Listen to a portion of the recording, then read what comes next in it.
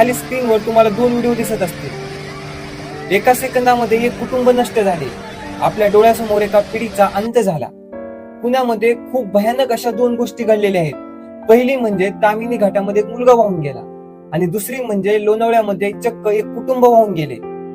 या गोष्टी आपल्याला विचार करायला भाग पाडतात की आपलं आयुष्य, आपलं जीवन खरंच एवढं स्वस्त झालेलं आहे की आपण आपल्या निर्लज्जपणामुळे आपण आपला स्वतःचा जीव गमावतो। सध्या निसर्ग खूप चांगला आहे, निसर्गाचा आनंद घ्या, पण एक गोष्ट नेहमी लक्षात ठेवा, स्वतःची काळजी घेणं पण तेवढंच गरजेचं असतं। माझी एक गोष्ट नेहमी लक्षात ठेवा, जे मित्र फिरायला जातात किंवा जो मुलगा आपल्या मित्रांबरोबर बाहेर ट्रिपला जातो, त्यांनी एक गोष्ट नेहमी लक्षात ठेवा की घरी कोणीतरी वाट पाहते, आपले आई वडील, आपली फॅमिली आपली वाट पाहत असतं। त्यामुळे आपण स्वतःची काळजी घेणं पण तेवढंच महत्वाचं आहे। हा व्हिडिओ पाहून खरंच खूप वाईट वाटलं।